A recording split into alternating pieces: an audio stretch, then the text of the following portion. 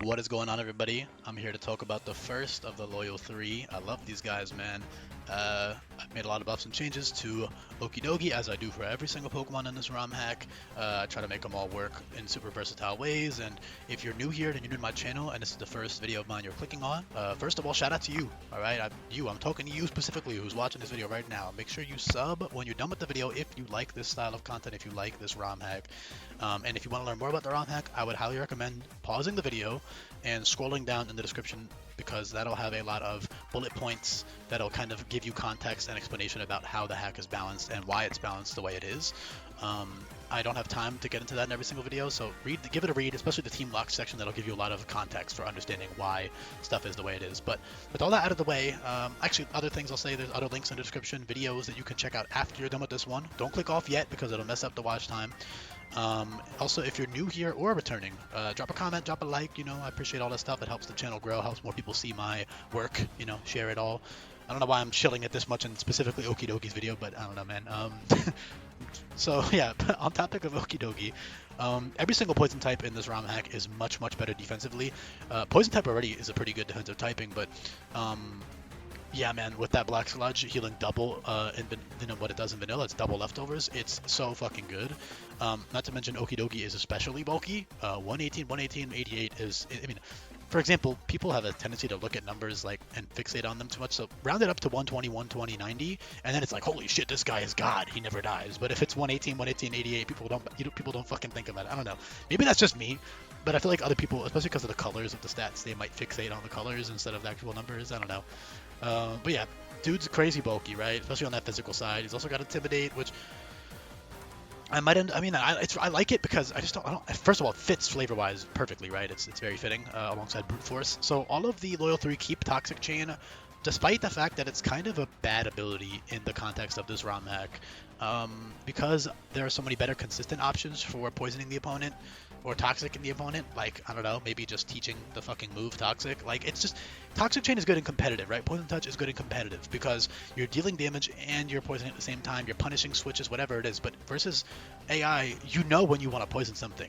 It's a deliberate choice. It's not a, oh, that's nice for the course of the game. It's, I mean, I'm going to probably repeat this point a lot more in the other videos too, but it's not a good ability. However, with Loaded Dice plus Pummel, Wallop, and Fury Swipes, it's not horrible, because you could, in theory, use those moves with Toxic Chain and get a pretty much guaranteed Toxic. I don't think statistically it's guaranteed technically, but it's basically guaranteed. But it's like, there's no point, there's no reason that you should ever be banking on a 30% chance in a ROM hack where you're supposed to be nuzlocking it, you're supposed to be playing everything safely and planning out your fight, right?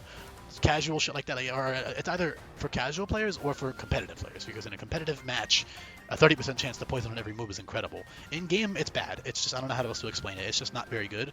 But I'm keeping it because of the Titan fights. So there are Titan style fights, boss fights, and I think it's a really cool ability to give to them in that context, because a 30% chance when used by the AI is basically 100%, at least in terms of prep. Like, you should be planning as if it always happens. So yeah, basically all of them have like a guaranteed toxic on all their moves in theory, in terms of prep. So that's a lot more fun to play around as a boss fight.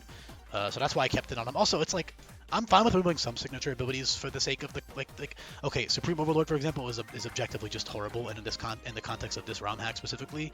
What's another ability I removed? That Commander, on Tatsugiri is also objectively kind of horrible. Not even kind of. That one is extremely horrible. Not worth an ability slot, right?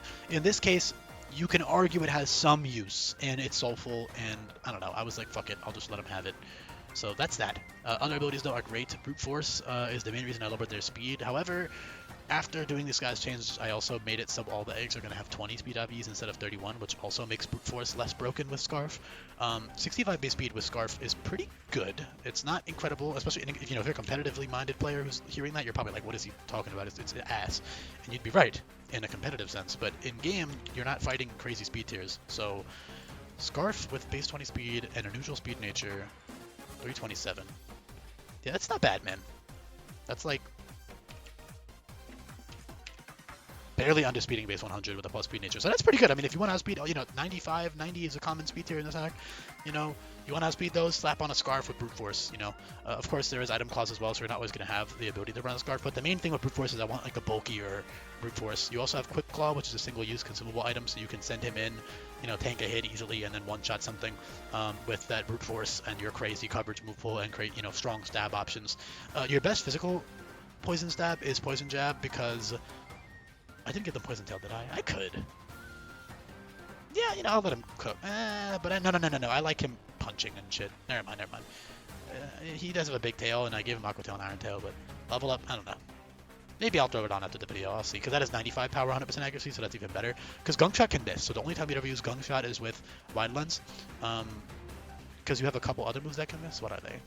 Supercell Slam, Gunk Shot, Knockout Punch? Okay, that's not bad. You have stab and coverage, so that's not bad. You could totally use Wide Lens, Brute Force with Supercell Slam, Gunk Shot, and Knockout Punch. Knockout Punch is 130 power, and it also makes them drowsy. However, those all require Wide Lens to be consistent whatsoever. But yeah, Brutal Bash, that's, you know, fighting type Wicked Blow. But anyways, I'm getting stuck up on the offensive stuff. I want to talk about the defensive stuff, because I think he's way cooler defensively, and just in terms of, like, just being a bulky, fat fucker.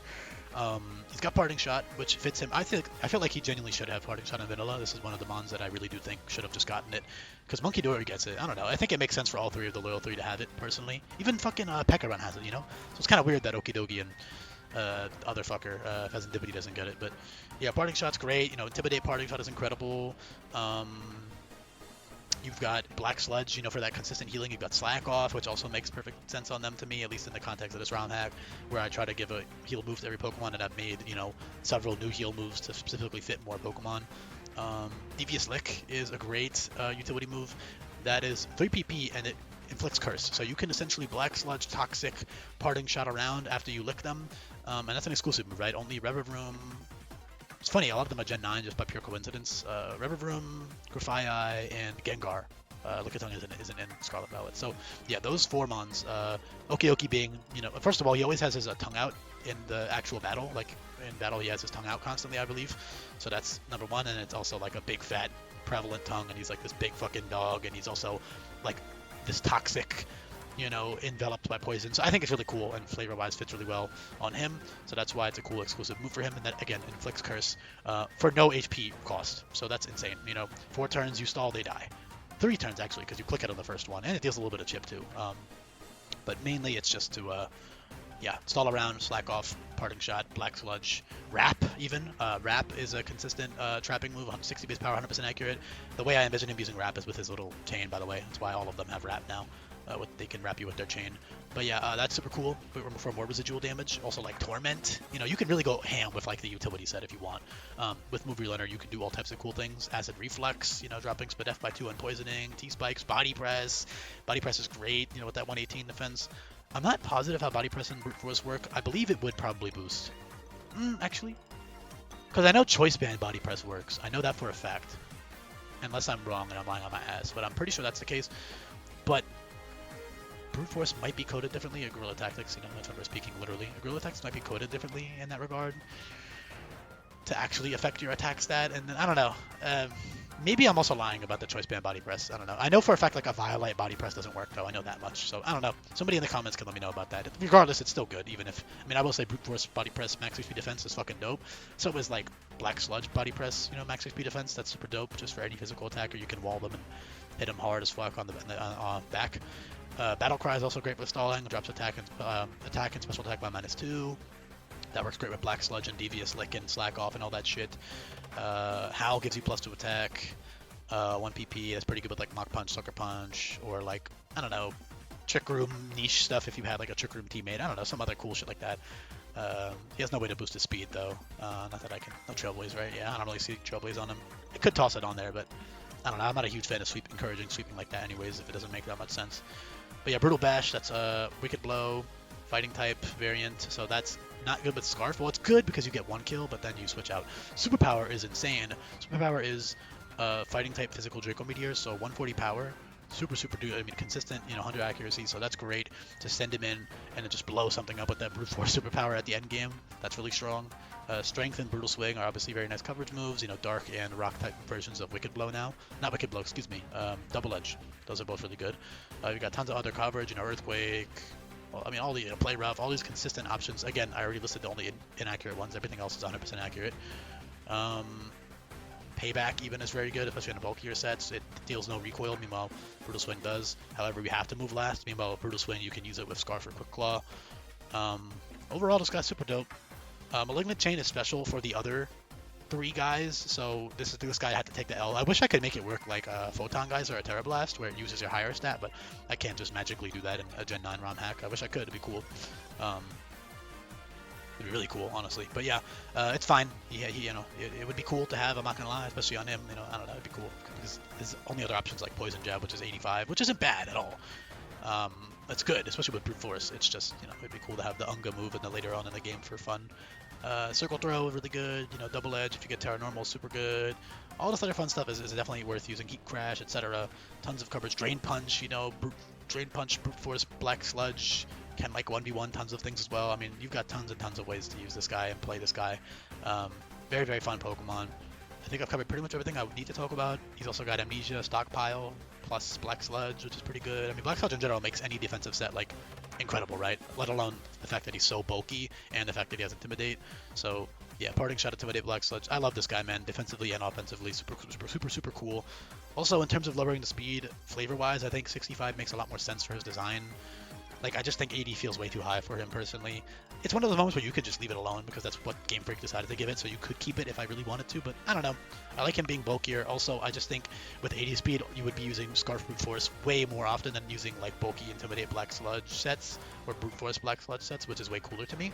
And I want to encourage that more. Meanwhile, once you give it, like, 80 plus speed with Brute Force, like, you're going to be running Scarf at least half the time, which is like a lot for this ROM hack context, because I like things being half as generous, probably like 3/4 of the time, maybe even more, because it's just so strong to just have that Scarf plus the band at the same time. But yeah, with the 80 base speed in game, that speed tier is really good. But with 65, it's a lot more fair and balanced, because you do outspeed a lot of stuff, because again, the AI's not always going to have super fast Pokemon, but you don't outspeed everything. So that's that.